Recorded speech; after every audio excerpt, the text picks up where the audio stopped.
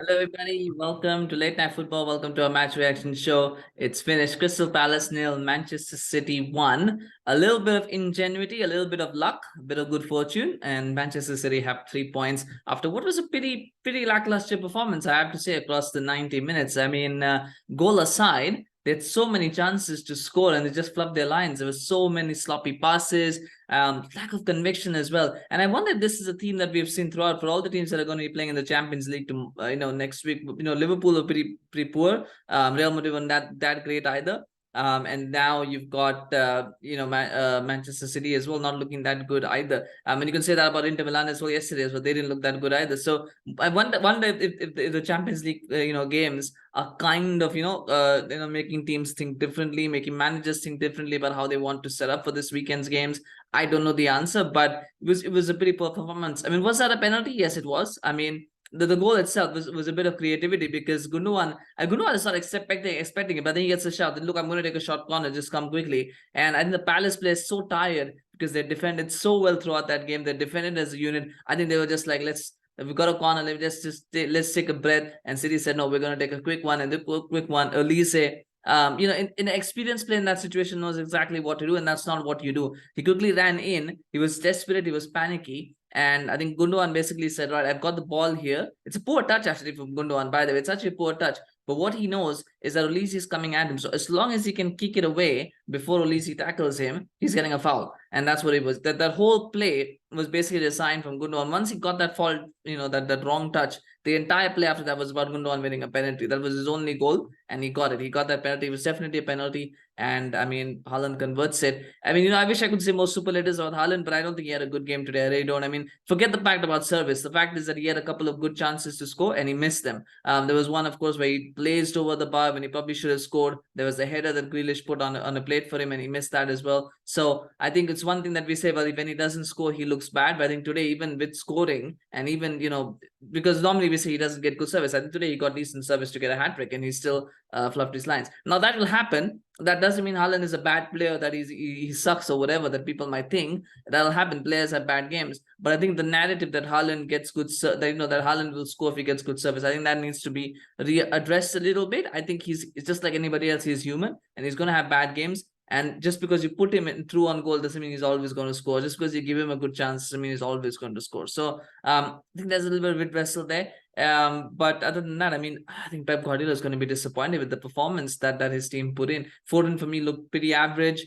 Grealish was pretty average. I'm surprised Kevin De Bruyne came on after the goal was scored, and probably because he was going to come on 77, 78 minutes. But it's a surprise he kept him off for so long. And it tells me what's going on, because when you're down again, City have not played this week, in midweek, so they've had a full week off. Why do you rest Kevin De Bruyne when you've had a whole week off and you play Erling Haaland?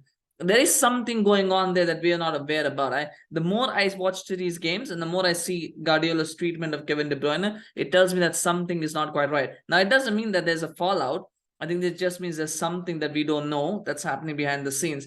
Whatever it is, I don't know what it is, and I don't want to speculate what it could be, but there's something is going on, and it'll be interesting to see if we ever hear about what's happening, because it's surprising the Haaland starts, but De Bruyne doesn't. And even when City need him, he comes on in the 78th minute of a game where they desperately needed his creativity. And as soon as he came on, he showed his creativity. He created the chance that, he created the opportunity that led to the Haaland header over the bar. And of course, he won the free kick at the end as well. He's just such a dynamic player, along with Bernardo Silva. I think those are the two most dynamic players in this team. And it's just surprising that he doesn't start, or he doesn't start a game like this, where Guardiola knows it's away from home. They're going to need something. And maybe the team selection reflect that bit of complacency as well. I mean, you play 4 centre-backs when you've got Wilfried Zaha there as well. I think there was a little bit of a hint of perhaps ignoring this game or thinking, well, we're going to get 3 points here anyway. Let's think about the Leipzig game. I think there was a bit of that in the team selection that and it reflected that, and they almost paid the price for it. But in the end, I think Guardiola will say 3 points. That's what I want. I want 3 points, and he's got that.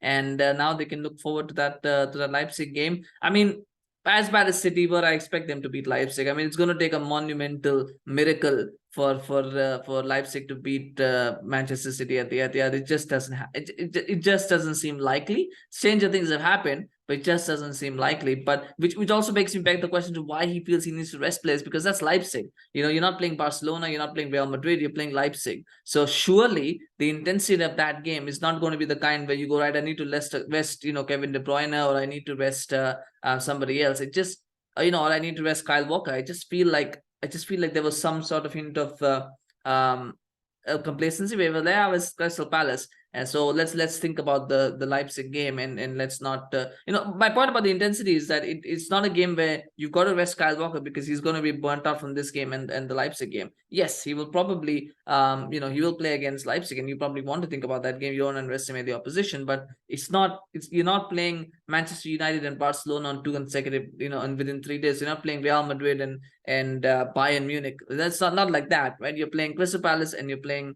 Leipzig, who are good teams. Crystal Palace at home are a pretty good team, but they're not. But you surely expect that players of the class of Kyle Walker and Kevin De Bruyne could get through 180 minutes or even 160 minutes. Could have brought him out for 60 minutes in this game. Should be able to play that much at least, but. It's Pep Guardiola. Maybe he knows more than I do. That is the thing about and there's not a lot of talking points in the game because it was really a boring game when you think about it. I mean, Crystal Palace didn't have a shot on goal. I mean, what are you going to even talk about? Didn't even have a shot on goal. Third game that's happened, and the one chance that they gave was with Zaha was where it fell behind everyone. That was really the only chance where you felt Palace should have scored. Other than that, they didn't create anything. And City it's when City play well, there's something to talk about. There's a little bit to talk about. When City play badly and they lose, there's something to talk about. When City play well and they win, there's a little bit to talk about. When City play badly and they win, there really is nothing to talk about because you can't really criticize them too much. But at the same time, there's no like, oh well, they've still won. So what's the headlines, right? But anyway, 3 points to City. Congratulations to all City fans, of course, for the win. And I mean, I feel a bit bad for Palace because I don't think they deserve to lose that game. It was just that one moment of lapse of concentration that led to that goal. Because had they been switched on for that corner, City would not have scored from that. All they needed was to be switched on because that short corner routine was fluffed once Gundogan missed his touch. So that was gone. So if somebody was on him at that point, that move would have broken down. The thing is, because there was nobody nearby, and because he sees Olise coming to him, he just says, okay, fine, I've missed my touch, but I can get a penalty here. So it's just that one moment of lapse of concentration. But it happens. That's football. That's top level football. And now it's over to Arsenal to see what they can do in the next game. They've got to now go and beat Fulham and to make sure that they stay ahead at that place. So we'll see what happens tomorrow. Anyway, smash a like if you enjoyed this video. Smash a like for Manchester City winning the game, of course. Do share your comments, your feedback, your thoughts, feedback on the game. What did you make of the performances? I mean, am I being too harsh on Manchester City? Let me know. Am I being too harsh on Pep Guardiola? I probably am. You can let me know in the comments, of course, if you think that. But thank you so much for watching. Do subscribe to the channel on YouTube, follow us on Facebook, Twitter, Instagram. I hope you enjoyed the videos that we've done today. We'll do a few more tomorrow, of course. So subscribe and so you can notify for that. Do check out our previous videos as well. Take care. We'll see you again soon. Bye-bye.